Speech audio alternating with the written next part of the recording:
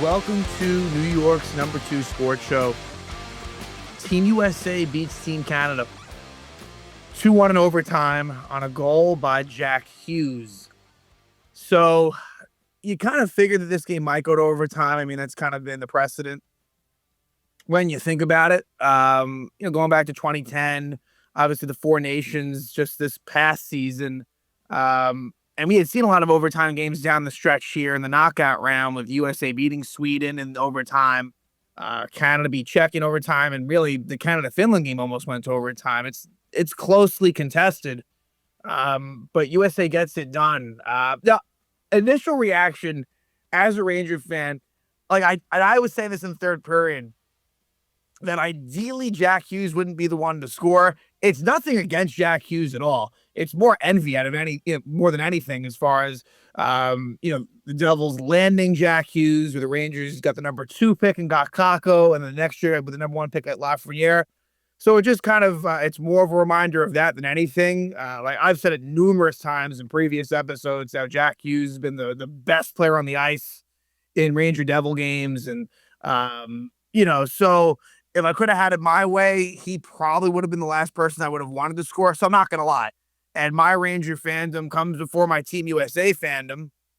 But all to say, was a great game. Team Canada, they really controlled this game really from let's call it middle of the second period. That's probably being generous. It really was before that. I thought USA had a really good first period, generally speaking. Sure, did Canada kind of have their moments? Yes, but the first period was a good one for USA, where they scored a great goal by Matt Boldy. Canada really took it to Team USA in the second. Cale Makar scored their goal towards the end of the second period. And I felt like Canada was a better team, but Connor Hellebuyck, I might be most impressed by him. 41 saves on 42 shots. There were a lot of critics, deservedly so, and doubters as far as what he would bring you in a big game. He doesn't have the greatest track record with the Winnipeg Jets in the playoffs. But wow, he was solid. I was thinking about it. The Team USA never trailed ever in the 5 games that Connor Hellebuyck started. The only game they trailed was with Jeremy Swayman against Denmark. So really impressive stuff. He made just a fantastic save on Devon Taves, a stick save. That's the one that really comes to mind. But there were other good saves as well, but that was the big one. Sidney Crosby didn't play, right? So that I don't love that either, right? I mean, he's a major, major piece for this Team Canada team. He's their captain, but also still a really, really good player. I know it's not the explosiveness of a Connor McDavid, Nathan McKinnon, Macklin Celebrity, but Sidney Crosby is one of their most important players still at his age now. So, in terms of, look, a win's a win. Credit absolutely to Team USA, because look, I didn't think going into this tournament, I thought Canada would get the better of them. But I guess in a game, anything can happen. And USA finds a way to get it done. And I've said this about 3-on-3, and I would have said the same thing if Canada won. It's 3-on-3. It does cheapen it a little bit, but I think when you look back on it, people won't really think about it much. With the Crosby winner in 2010, I didn't remember. Obviously, I knew it wasn't 3-on-3, because 3-on-3 wasn't instituted until after that in the NHL. I couldn't quite remember if it was 5-on-5 or 4-on-4. It was 4-on-4. But even that still feels like it's more of a semblance. 3-on-3 to me is a lot more drastic. And you kind of saw that. And these games end quickly for 3-on-3. Typically within 5 minutes, it's going to be over. And that was the case here. So this was a major game, for USA hockey and hockey in general. And I think that it's going to be looked back upon that way as well. I hope that in some ways that it does grow the game. I don't know that to be sure. I mean, look, it certainly can't hurt, but NHL has been that #4 sport from a popularity standpoint. This is not my opinion. This is just in terms of generally speaking in the country. It's been #4, and I'm hoping that somehow this can help it. with USA winning on this big stage against Canada. That's key. That's really key too. That's kind of why I wanted Canada to not get knocked out. Like if USA, let's say, beat Finland somehow, it wouldn't have the same effect. It simply would not have. Yes, it ends the gold medal drought. This is the first time that USA has won the gold medal since 1980. The miracle team. Things have changed drastically since then, and staying since 1980 makes it's I don't know. I didn't want to like open up with that because look, best on best didn't really come into play until 98, and then we saw that go away for a few Olympics as well. So the sample size isn't ridiculously high, but Canada really did dominate it for the most part, winning in 02, 10, and 14. Now again, I mean, Czech Republic won in 98. Sweden won in 06. So, but Canada, again, USA, the best they did was silvers, and losing to Canada in both those situations in 02 and 2010. Speaking on this game, USA lineup was the same. And, Clayton Keller had a more than a bit role. I think maybe he had a shift or two all game.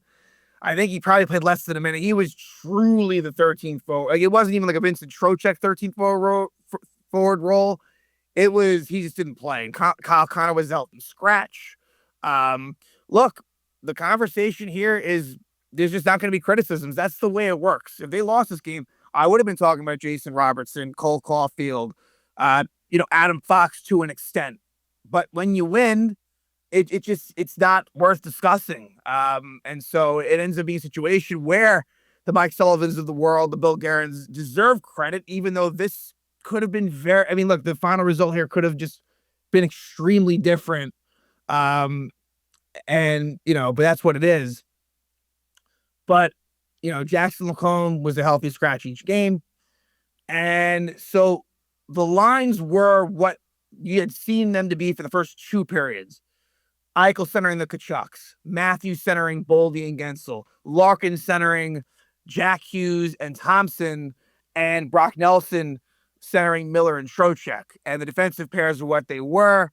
Hannafin being the seventh defenseman, and, a lot of Hughes McAvoy, Slave and Faber, Zach Werenski. So yeah, for Team Canada, Sam Reinhart was the 13th forward, Sidney Crosby, of course, the scratch. And look, not having Crosby and Josh Morrissey, that is big. No question about it.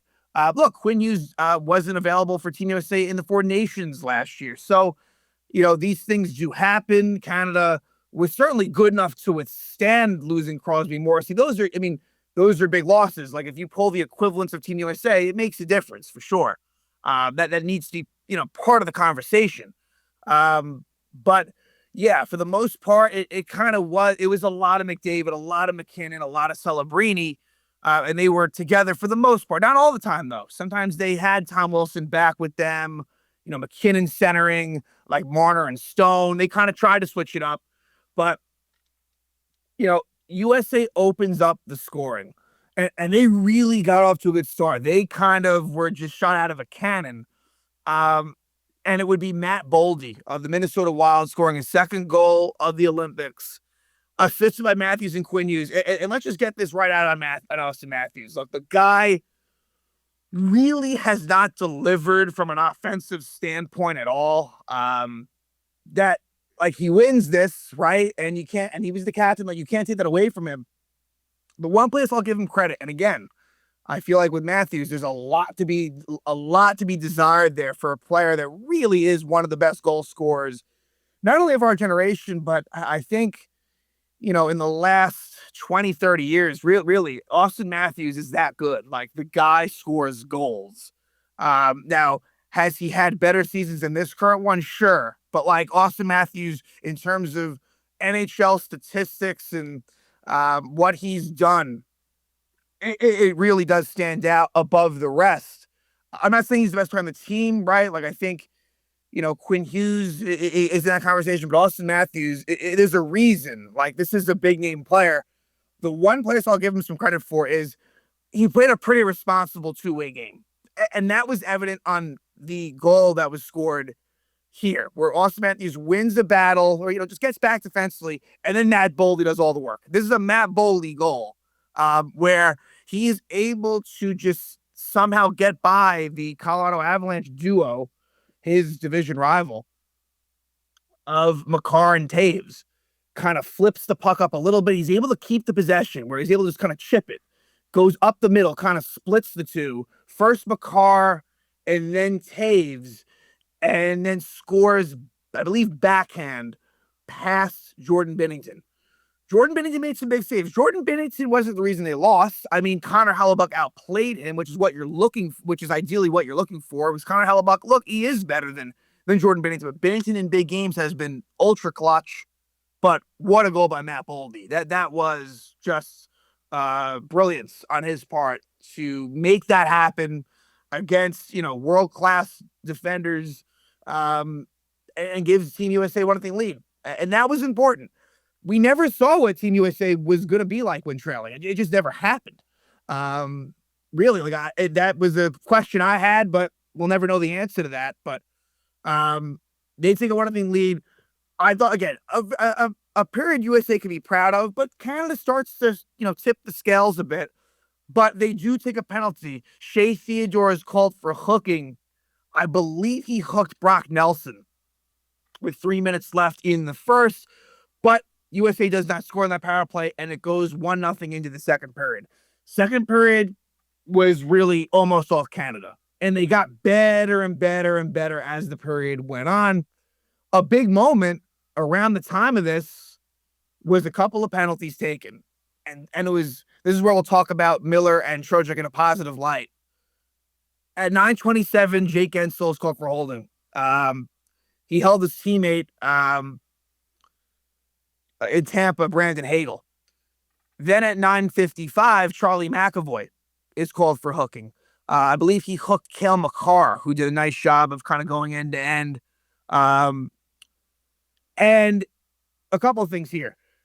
Guentzel's tournament was not very good. His role kind of stayed the same, but he was very disappointing. And Charlie McAvoy, who I've been singing his praises, and you have to give him credit for hard minute.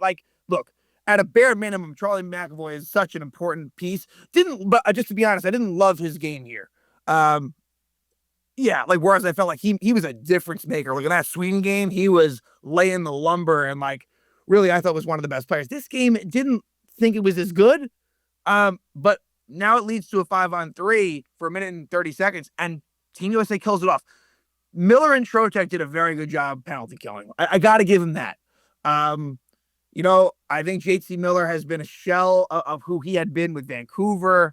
I'm not sure if it's injuries. I'm not sure if it's age. I don't know the reason. That's more of a Rangers conversation. He doesn't give you much else, but I'll give him that. Look, penalty kill, you call it what it is, but he got the job done. And Vincent Trocheck as well. And Trocheck, there was one scoring chance he had in front. I believe it was in the second. It might have been in the third, actually. Let me think about this for a second. I think it was actually in the third. But, Trocheck, there was a turnover as well at one point. But yeah, their roles were what they were. Again, being on there shorthanded, and they helped to get the job done. But still, Canada was going and going in waves. And eventually they do score. And it's off of a face-off win it was Bo Horvath against Austin Matthews, but it wasn't a clean win. It was helped by teammates. Hagel does a nice job there. And I thought Guentzel was just a little bit out of position. It's Cale Makar scoring his second goal of the Olympics, assisted by his partner, Devon Taves. So I guess they kind of make up for that goal that they were a part of on the USA side. But a great shot by Makar to beat Hellebuyck. And again, Guentzel needed to be a little bit closer to Makar. A little bit too far in the middle. Makar had a lot of room to just roam in and score, and they get that goal. So it's tied up at 1, and that's the score going on the third. Canada outshot USA 19-8 in the second period. And in the third period, it was a lot more of the same. Now, here is the line changes made by Mike Sullivan in the third. Dylan Larkin replaces Matthew Tkachuk on the line with Eichel and Brady Tkachuk. They kept the Matthews line intact. Then you have a line of Brock Nelson, Jack Hughes, and Matthew Tkachuk. We had saw Nelson with Hughes earlier in the tournament. And then it was Tage Thompson with Miller and Trocheck, which was a line we didn't see much. That's mainly what it was. So Sullivan kind of, goes to the blender, I guess. They needed to make changes, and I don't know. I guess it was worth try. He needed to do something. And yeah, ultimately, I think if that game stayed in regulation, if that game stayed 5-on-5, I think Canada finds a way, but you never know, right? You really, truly don't. So again, third period, it's even strength for a while. And apologies if I'm missing some things that occurred non-penalty wise and non many goals. But again, that big Devon Taves um, stop by Hellebuyck was a huge one. I mean, Nathan McKinnon had a wide open net, shot it wide. When those sorts of things start to happen, you start to see that maybe there's a chance that, Team USA is able to pull this thing off. And that's kind of exactly what does eventually happen. But at 13:26, Sam Bennett, against the flow of play, by the way, Canada's dominating. Bennett, reckless with the stick, 4-minute double minor on Jack Hughes. Jack Hughes loses some teeth on that one. It's quite the eventful game for Jack Hughes, but works out for Canada. By the end of the power play, the 4-minute power play, Jack Hughes actually high sticks Bo Horvat. This is the 2-minute variety. So Hughes almost goes from, potential hero, eventually he would be, to maybe being a reason why they lose the game. But USA is able again to kill off the Canada power play. The United States was perfect on the penalty kill in this tournament. Remarkable. They were around, I want to say 18 for 18, thereabouts. And we go to overtime, 3-on-3. Again, I wish it wasn't. I wish it was, start out 5-on-5 or start out 4-on-4 and kind of work your way to 3-on-3, especially in the gold medal game, right? I have totally in the preliminary round, 3-on-3 is fine.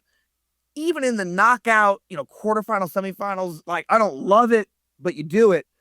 Here, I in a gold medal game, I don't like it as much, regardless of what the result was going to be. But it ends very quickly. It starts out with Matthews, Boldy, and Quinn Hughes against McKinnon, McDavid, and Makar. And eventually you get a face-off where Vincent Trocheck goes against Bo Horvat, Islanders versus Rangers. And Bo Horvat beats Trocheck on the face-off. But eventually the USA gains possession. It kind of went back and forth a little bit. McAvoy made a turnover to lose possession. Like USA gained it back. McAvoy lost it, but then USA got it back again. And there was a really pivotal moment. And it became a situation where it was going to go one way or the other. And Jack Hughes is able to get a stick. Cale Makar got very aggressive. It was more that than anything. And if Makar is able to win that, then I think he would have had, McDavid kind of alone. If you're Makar there, especially in hindsight, obviously, might have been best to just play things more straight up. I think if Canada plays the more straight up style there with their explosiveness, I mean, I don't know if we ever saw, I don't know if Celebrini ever got out there. Maybe he did briefly. But it may have been Makar, McDavid. I'm not sure. When Horvat took the face, I'm not sure who was with him at that time. Horvat left the ice. And very quickly, either they stayed with Makar the whole time or they went right back to him. And on the ice for Team USA at this point was Jack Hughes. By the way, Quinn Hughes on the first shift, great stop by Jordan Binnington. Quinn Hughes was almost the hero again, but Binnington makes a great glove save. It's Jack Hughes, Dylan Larkin, and Zach Werenski. And Hughes makes this play, and it kind of becomes a little bit of a 3-on-1, but Nathan McKinnon, I think an actual defenseman, is able to make this play. McKinnon kind of was the only one back and didn't really make a great play on the puck. Zach Werenski, give him so much credit.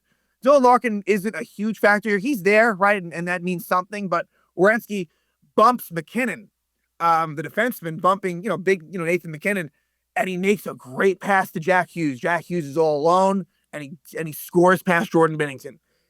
Is it one that Binnington could have stopped? He could have, but it's a prime opportunity. You're not going to totally kill Binnington for that. It's a great chance for Jack Hughes, and he scores. And then the thing is, if he shoots that wide, like Canada's going the other way. The game was hanging. I know literally because it's in overtime, but the style and what was specifically happening, the game was hanging right in the balance in that moment with the way it was.